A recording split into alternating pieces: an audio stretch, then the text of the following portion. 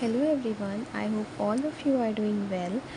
और आज की वीडियो में मैं आप लोगों के साथ एक और मॉक की एनालिसिस को शेयर करूंगी, जो कि मैंने अभी रिसेंटली ही दिया है AFO प्री का। सो अभी जो रिसेंट मॉक मैंने दिया है वो है mock number 28।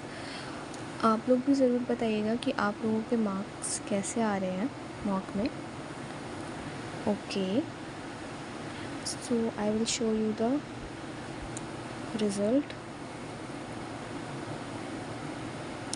Okay, so in this mock my score was 61.4 and my correct question was 85 and incorrect was 11.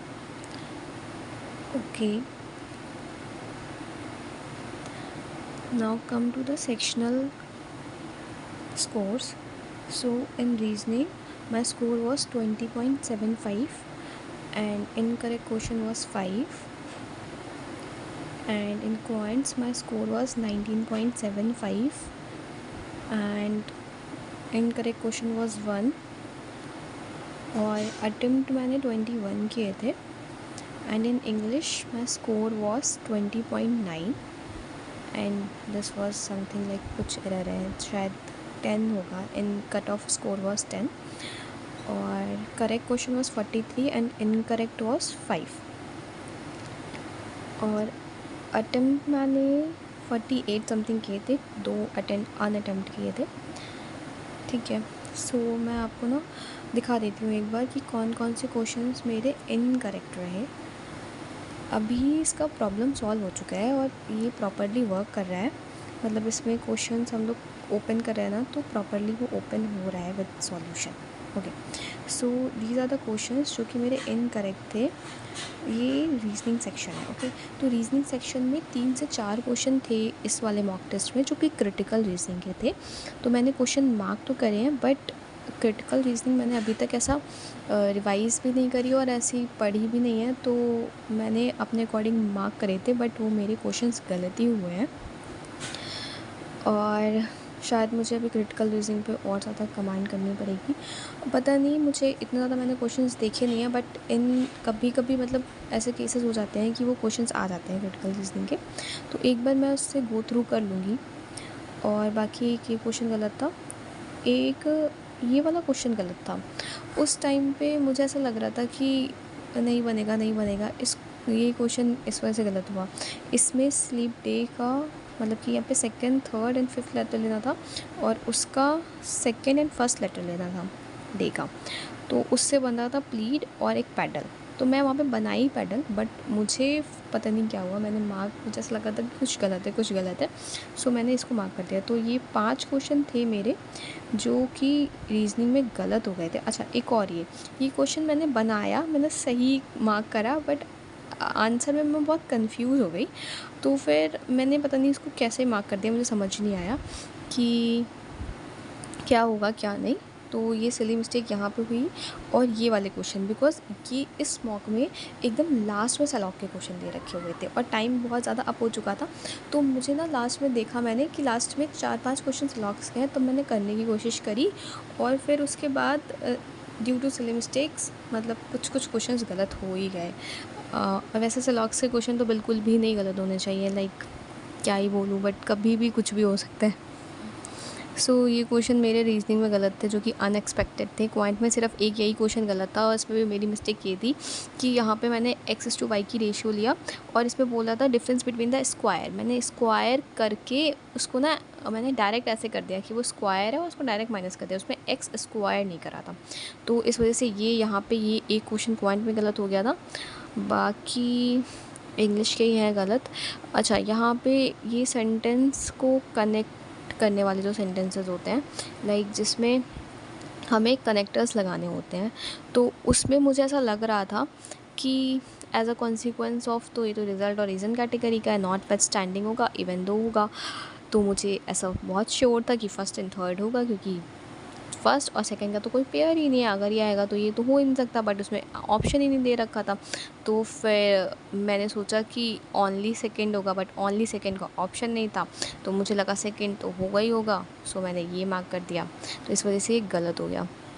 Okay, English में भी मेरे पास इनके ही क्वेश्चन गलत हुए हैं, बिकॉज़ पता नहीं कुछ शायद इसमें भी प्रैक्टिस की रिक्वायरमेंट है मुझे भी। और ये भी क्वेश्चन उसी का ही है, कनेक्टर का ही है, सेम क्वेश्चन कनेक्टर का है। आफ्टर डैट एक फ्रेज रिप्लेसमेंट का क्वेश्चन था जो कि रॉन्ग हुआ है, जिसमें तीनों के तीनों ही हैं। Forward to, looking forward to के बाद इम्प्लीमेंटिंग, मतलब आपके फर्स्ट फॉर्म में आईएनजी लगता है, ओके, तो वो नाउन के तरीके वर्क करती है। और इसके बाद बस ये लास्ट क्वेश्चन था जो कि रॉन्ग था, ठीक है। तो ये इंग्लिश में ये क्वेश्चंस रॉन्ग थे। अब इसके बाद जो मेरे क्वेश्चंस करेक्ट हैं मैं वो दिखा देती हूँ आपको। जो क्वेश्चन मेरे करेक्ट हैं, अच्छा, करेक्ट में मैंने सबसे पहले रीजनिंग के केस में मैंने ब्लड रिलेशंस अटेम्प्ट किया था जो कि मेरा करेक्ट था। आफ्टर डैट इनइक्वालिटीज़ के क्वेश्चंस थे। उसके बाद एक कोडिंग डिकोडिंग के क्वेश्चन थे जो कि मैंने अटेम्प्ट किए थे। इसके बाद ये क्वेश्चन मैंने क्रिटिकल रीजनिंग का करा था जो कि एक ये क्वेश्चन मेरा सही है। और ये 8 पीपल वाला पज़ल किया था। 2 पज़ल इसमें थी जो कि मैंने अटेम्प्ट करने की कोशिश करी थी और मैंने दोनों की इन्फॉर्मेशन नोट डाउन करी। आफ्टर डैट वो बहुत ज़्यादा कॉम्प्लिकेट कर रही थी तो मैंने उन दोनों को फिर स्किप कर दिया। तो एक पज़ल मैंने ये वाला बनाया था और एक पज़ल मैंने बनाया था शायद डायरेक्शन डिस्टेंस का क्वेश्चन था जो कि मैंने ये वाला करा था। इसके बाद मैंने ये क्वेश्चन वो वाला था, मतलब डाटा सफिशिएंसी का क्वेश्चन था। इसके बाद ये सिलॉक्स के थे, मैंने इतने ही क्वेश्चंस बनाए थे। इसके बाद क्वांट्स में सिंप्लीफिकेशन अप्रॉक्सीमेशन के क्वेश्चंस बनाए थे मैंने।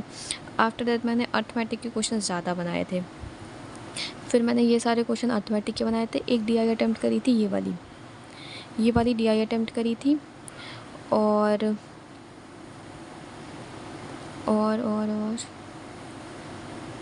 इसके बाद मैंने ये अर्थमेटिक के क्वेश्चन थे, ये मैंने करे थे। ये कौन से क्वेश्चन हैं?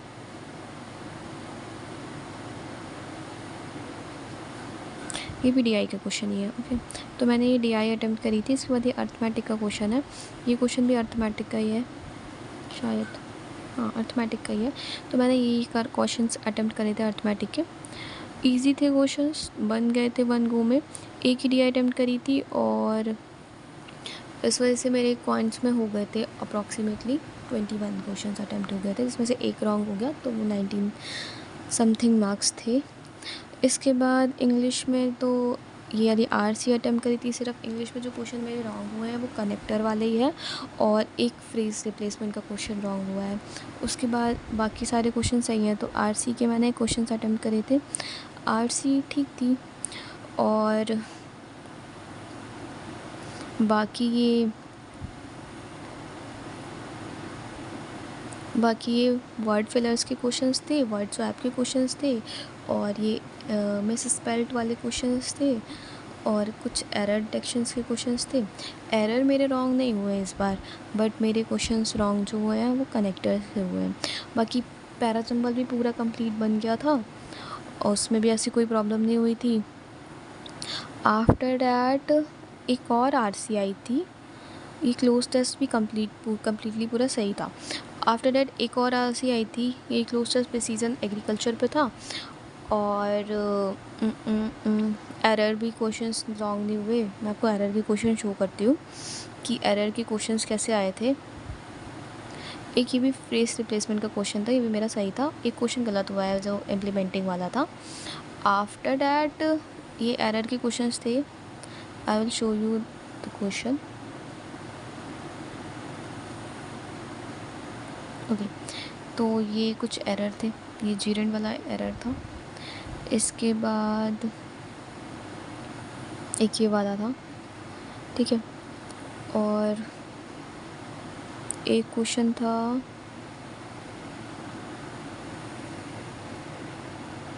अच्छा यहाँ पे बिफोर के पहले वाला जो सेंटेंस होता है ना वो बनता है पास्ट परफेक्ट के अंदर, ओके। तो इस वजह से ये क्वेश्चन था। और फिर इसके बाद तो ये RC आ गई है, लवानी डांस फॉर्म के ऊपर था कुछ और इस RC से रिलेटेड क्वेश्चन थे लास्ट के तो सारे।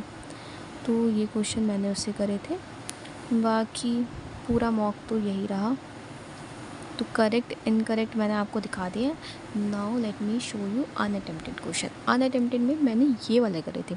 इसमें ना तीन ऐसे जम्बल सिचुएशन दे रखी थी।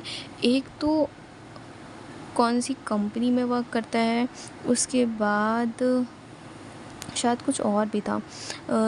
Each person working in different companies but not necessarily in the same order. Ground floor ये और कुछ था। अच्छा हाँ, इसमें नहीं सिर्फ एक ही सिचुएशन थी, बट इसका ना कुछ मैंने बनाया तो इसमें पॉसिबिलिटीज़ बहुत बन रही थी। और पहला पज़ल मैंने यही अटेम्प्ट करा था, तो इसमें था तो एक ही, बट कुछ ऐसा हिंट मिल ही नहीं रहा था कि कहाँ पे कुछ भी है। और सब चीज़ों को मुझे हिट एंड ट्रायल करके देखना पड़ता, तो इस वजह से मैंने इसको स्किप कर दिया। मैंने नोट डाउन करा, मैंने कोशिश करा, 2-3 मिनट्स बनाए और उसके बाद मैंने स्किप कर दिया। अच्छा, ये इनपुट आउटपुट तो मैं लास्ट में ही कोशिश करती हूँ अटेम्प्ट करूँ। अगर समझ में आ जाता है ईज़िली तो कर देती हूँ, अदरवाइज़ नहीं आता है तो उसमें मैं टाइम वेस्ट नहीं करती हूँ। फिर क्योंकि बहुत सारे मिसलेनियस क्वेश्चन ऐसे होते हैं जो कि आपसे वन गो में हो जाएंगे, तो अब टाइम वेस्ट करने का तो कोई भी लॉजिक ही नहीं बनता है। तो मैंने ये क्वेश्चन छोड़ा था। इसके बाद मैंने ये वाला क्वेश्चन भी करा था अटेम्प्ट।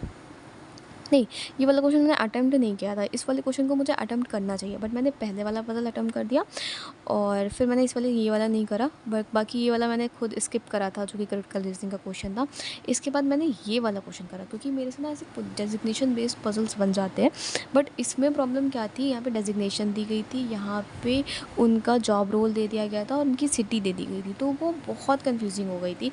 मतलब मैंने बनाया, बट लास्ट मोमेंट पे वो बहुत कन्फ्यूजिंग हो गई थी और टाइम भी शायद में भी बहुत ज़्यादा मुझे ऐसा लग रहा था कि अभी बहुत सारे क्वेश्चन है जो कि हो जाते। तो ऐसे क्वेश्चंस कहीं ना कहीं एग्ज़ाम में मिलेंगे ही, जो आपका टाइम किल करने के लिए सिर्फ एग्ज़ाम में रखे गए होते हैं। तो उसको जितनी जल्दी आप स्किप कर सकते हैं आप स्किप कर दीजिए।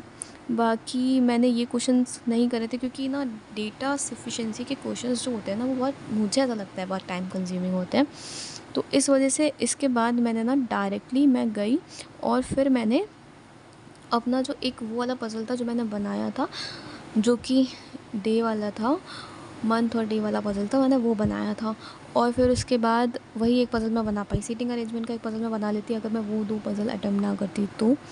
बाकी ठीक था। और इसमें मैंने मतलब ये सबसे पहले ही यहाँ पे पहला क्वेश्चन जो पॉइंट्स का था वो यही था, ये स्लेट दे रखा था, तो मैंने सोचा इसको बाद में करूँगी, तो मैंने बाद में अटेम्प्ट भी नहीं किया। फिर इसके बाद मैंने छोड़े थे नंबर सीरीज़ के क्वेश्चन, मुझे उस टाइम पे गेस ही नहीं हो रहे थे कि क्या है क्या नहीं है, तो मैंने इसमें से अटेम्प्ट नहीं किए थे। क्योंकि जब क्वेश्चन आपका टाइम किल करने लगे तो इससे बेटर यही है कि आप दूसरे क्वेश्चन पे स्विच कर जाओ, क्योंकि वहाँ पे मतलब नंबर ऑफ़ क्वेश्चन आप कितने अटेम्प्ट करें वो मैटर करता है। ये मैटर नहीं करता कि आपने वो पर्टिकुलर क्वेश्चन किया है कि नहीं किया है। फिर इसके बाद इसमें मैंने ये वाला क्वेश्चन मैंने सॉल्व किया था, बट उस टाइम पे पता नहीं कुछ सॉल्व हुआ नहीं, तो मैंने फिर इसको स्किप कर दिया।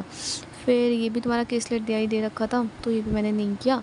फिर इसके बाद एक ये DI दे रखी थी, मैंने इस पेपर में अर्थमेटिक के क्वेश्चन ज़्यादा सॉल्व करे थे, इस वजह से मे बी ये DI ईजी थी, डूएबल थी, ये हो जाती, बट मैंने अर्थमेटिक करा था तो मैंने इस वजह से DI स्किप कर दी थी। इसके बाद एक DI ये भी थी, ये भी डूएबल थी, ये भी करी जा सकती थी। ओके, ये वाला क्वेश्चन मैंने बनाने की कोशिश करी, पता नहीं कुछ तो मेरे दिमाग में चला, फिर इस वजह से ये तो मैंने स्किप ही किया था। इसका भी कि वाला क्वेश्चन जो भी था, आई डोंट नो मैंने क्या किया बनाने, लास्ट में टाइम ख़त्म हुआ है कुछ भी। ये DI तो मैंने देखी नहीं थी, ये लास्ट तक जाते तो टाइम ही ख़त्म हो गया था। सो दैट्स ऑल जो मैंने नहीं अटेम्प्ट किए थे।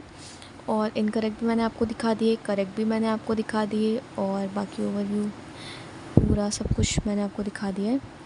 After that so total score मेरे हैं 61.4। ओके, बाकी तो इनकरेक्ट है 11 क्वेश्चंस।